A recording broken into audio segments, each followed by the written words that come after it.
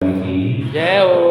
अजय कमलवत जागरण की जय हो। जिनवाणी माता की जय हो। जैन धर्म की जय हो। पंच परमेष्ठी भगवान की जय हो। शांतिनाथ भगवान के पूर्व भवों का वर्णन यहाँ पर चल रहा है। क्षेमंकर तीर्थंकर के पुत्र हुए हैं कहते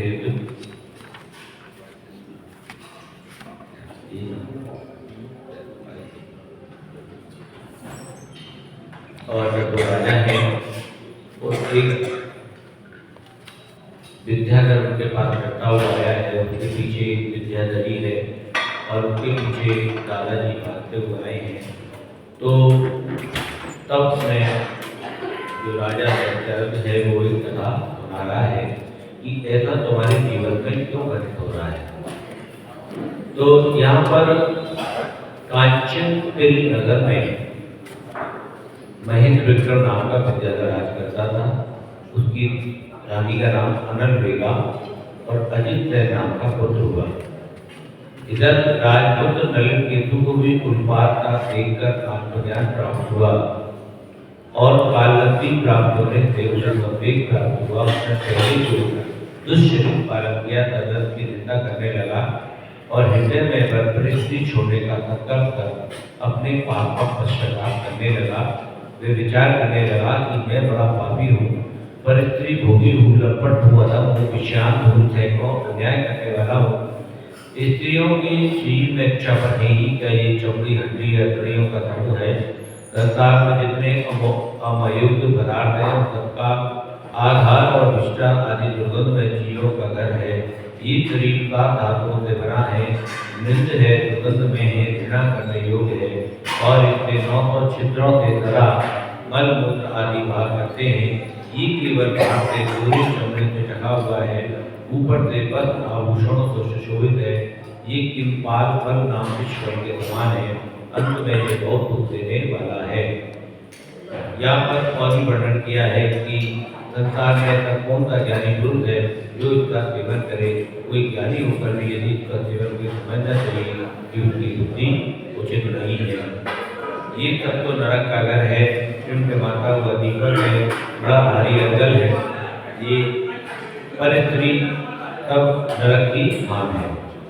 चंचल हृदय वाली ये धर्मपुत्रों के खजाने चलाने के जोर के समान है। ये सब और मूर्ख स्त्रियों के समागम से नरक देने वाले अधिक जीवों को नष्ट करने वाले पापों को प्रतिनिधित्व करना ही वर्णन किया करते हैं। संसार में कितने परमात्मा रहते हैं जो अपनी स्त्री को भी छोड़कर संयम धारण करते हैं, परंतु मेरे समान कुछ ऐसे नीच हैं जो पर स्त्रियों को चाहते हैं। इस प्रकार वे अपनी निंदा कर पूर्व उपार्जित पापों को नष्ट किया और पाप रूपी वन को जलाने के लिए अग्नि के समान संवेग को ढूंढा किया। तदंतर चरित्र धारण करने की इच्छा करता हुआ वह नलिन केतु उस स्त्री को राजभोग को छोड़कर तीमंकर मुनि के पास पहुंचा। उसने दुख रूपी दावानल को बजाने के लिए वर्षा के समान उन वनराज के दोनों चरण कमलों को नमस्कार किया और भाई अव्यंतर परिग्रह को छोड़कर मुनि की इच्छा धारण की। उसका संवेग गुण बहुत बड़ा हुआ था, इसलिए उसने बहुत तपस्या किया और समस्त तत्वों से भरे हुए आगम का खूब अभ्यास किया। उन वनराज ने छपक देरी में आलो होकर कटक नाम के शुक्ल ध्यान से तलवार रूपी केवल ज्ञान से दुष्ट रूपी कथायों को मार गिराया। इस तीनों वेदों को नष्ट किया।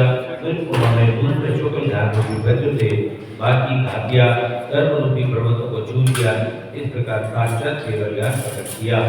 इंद्र आदि देवों ने आकर उनकी पूजा की और खुद सागर निर्णाय बलारिया रूपी दुश्मनों को नष्ट करके शाश्वत मोक्ष पथ में विराजमान हुए।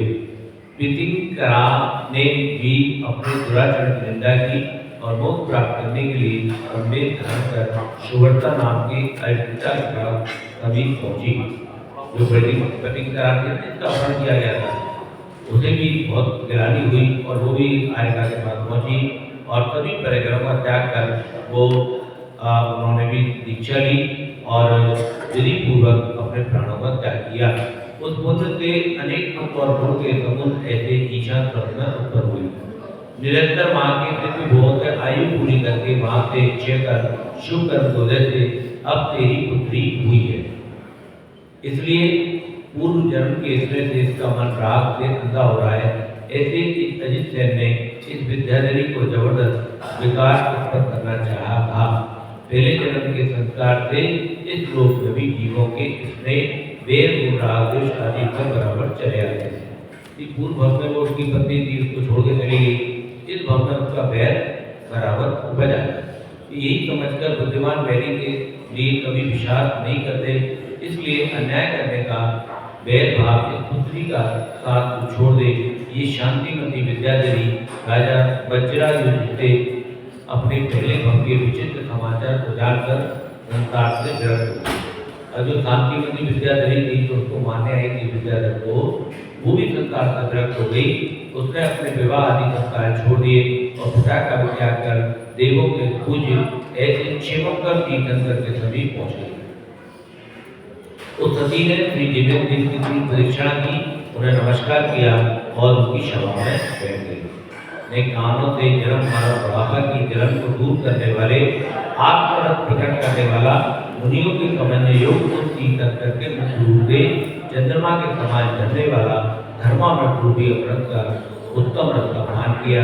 अजय अमर होली के समान संतोष धारण किया।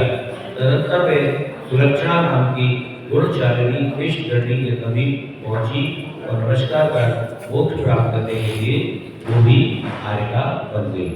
उस शांतमती विद्याधरी ने एक प्राणी करते समस्त परिक्रम का त्याग किया और अंतरंग परिग्रह का भी त्याग किया। गंभीर रूप से गुरु का सागर तीन तपस्या किया, शास्त्रों का अभ्यास कर सम्यक दर्शन की शुद्धि धारण की। अंत में 4 प्रकार का संन्यास धारण किया।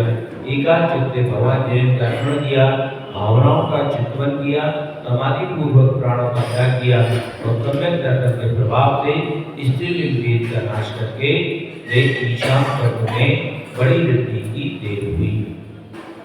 तो यहाँ पर यही समझाया गया है कि राग से वैराग की तरफ जाने पर क्या नहीं हो सकता। स्त्री भेद को भी भेद कर पुरुष भेद में भी जाया जा सकता है।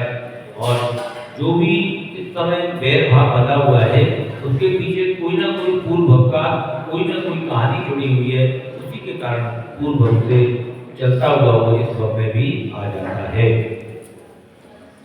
अब अवज्ञानी से पहले भव के बारे में जानकर वैदेव अपनी शरीर की पूजा करने के लिए मुनि तथा चंद्रमा की पूजा करने के लिए पृथ्वी पर आया। आदित्य देव ने मुनराज अजित जो कि विद्याधरी शांतिमती की विद्या को सिद्ध करने कर रहा था और भाई वे शांतिमती का पिता के दर्शन किए और अतिशय वैराग्य के संबंध में अब जो तीनों जो है वैराग्य के पथ पर चल रहे हैं।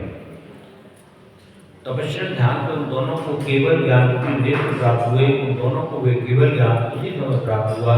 वे दोनों ही सिंहासन पर विराजमान थे, उन पर चमन उठ रहे थे, अनेक प्रकार की विभूति प्रकट हो रही थी। रातियारों के बीच वे विराजमान थे, असत्य देवगण उनकी सेवा कर रहे थे। चारों अंगों से वे सुशोभित थे, अनंत गुण विराजमान थे, समस्त जीवों का हित करने के लिए वे तत्पर थे। उनकी अनेक प्रकार की महिमा फैल रही थी। सब इंद्र मिलकर उनकी पूजा कर रहे थे। अनंत सुख उन्हें प्राप्त हो रहा था। अनेक मुद्राएं उन्हें नमोस्तु कर रहे थे। उन दोनों के दर्शन कर रहे थे। विचार करने लगा, आश्चर्य है, कहाँ तो भय से व्याकुल हुआ विषयांत विद्याधर और कहाँ देवों के द्वारा पूज्य तीनों लोगों के सर्वज्ञ देव।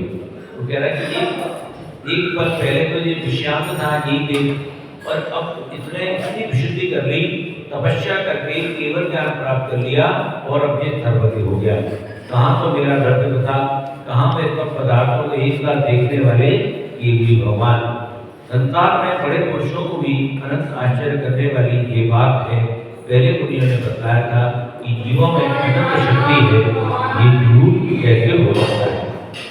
मुनि महाराज ने बताया था कि जीव में अनंत शक्ति है, यही होती है अनंत शक्ति कि अपने कभी परिग्रह को छोड़कर, कभी राग विषयों को छोड़कर और वो केवल ज्ञान प्राप्त कर लेता है। इतनी अनंत शक्ति जीव के अंदर है। ये झूठ कैसे हो सकता है, क्योंकि इस समय वह शक्ति मैंने साक्षात देख ली। और वो देव कह रहा है अपना तो वो रूप भी देखा था और अब केवली का रूप भी देख रहा है। तो इस प्रकार मन में चिंतन कर उठा हूँ, केवली की प्रदक्षिणा दी, मस्तक झुकाकर उनको नमस्कार किया, गुरु मंडल की स्तुति की, स्वर्गलोक के द्रव्यों से बड़ी भक्ति से पूजा की। आश्चर्य करने वाले धर्म से प्रसन्न होकर वे स्वर्गलोक चला गया। चक्रवर्ती अपने मन में जिन धन की स्थापना कर पुण्य कर्म को थे शिव नदियों को उत्पन्न करने की भोग को सदा भोगने लगा। अधंतर चेतन सुशोभित श्वेत वर्ण धूपाचल पर्वत की दक्षिण श्रेणी में सुंदर शिव मंदिर नाम का नगर है। तो एक आने पर आगे पुण्य कर्म को देते मेघमान राजा राज्य करता था। उसकी विमला नाम की उत्पत्ति निर्भर स्थिति। देखो मेघमान, राजा मेघमान और उसकी पत्नी का नाम विमला, उन दोनों के गुणों से विभूषिता सती श्रीमती शुभ लक्षणों वाली कनक माला नाम की पुत्री। हाँ, तो कनक माला उसकी पुत्री, उसका विवाह पुत्री कनक माला नाम की पुत्री, उसका विवाह हुआ सहज आयु के पुत्र कनक शांति के साथ। तो सहज आयु है ना, जो शांति में भगवान ने दी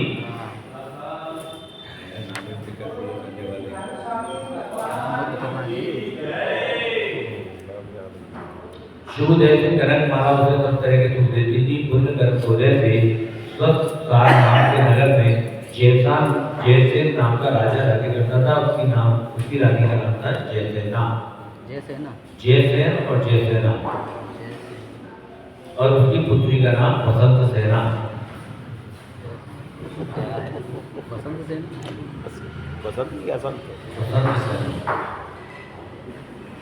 और इसके साथ भी बसंत सेना के साथ भी कनक शांति ने विवाह किया। दो स्त्रियों से विवाह किया ना, ऐसा होता था। 8,000 10,000 15,000 96,000 का शादी होती थी। उसी प्रकार कनक शांति के मतलब अब वो अपने सुख से रहने लगा।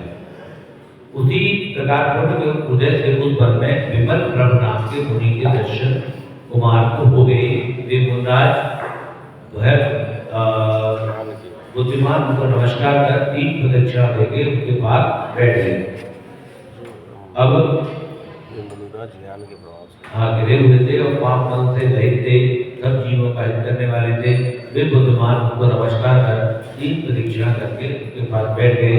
अब ये बुद्धिमान महाराज जो हैं कनक शांति को बताएंगे कि तेरा क्या होने वाला है। बोले शांतिनाथ भगवान की जय हो। या वाणी के ज्ञान से जय हो कालो तो वाणी मत करो एक दिन वाणी बात की तो पद में योगी करा दे तो पावे सुखै। रे बजो अरिहंत को गुण सेवा निर्गन दया धर्म पालो सदा ही मोक्ष का। बोले जिनवाणी माता की जय हो। जय धर्म की जय हो। पंच परमेष्टि भगवान की जय हो।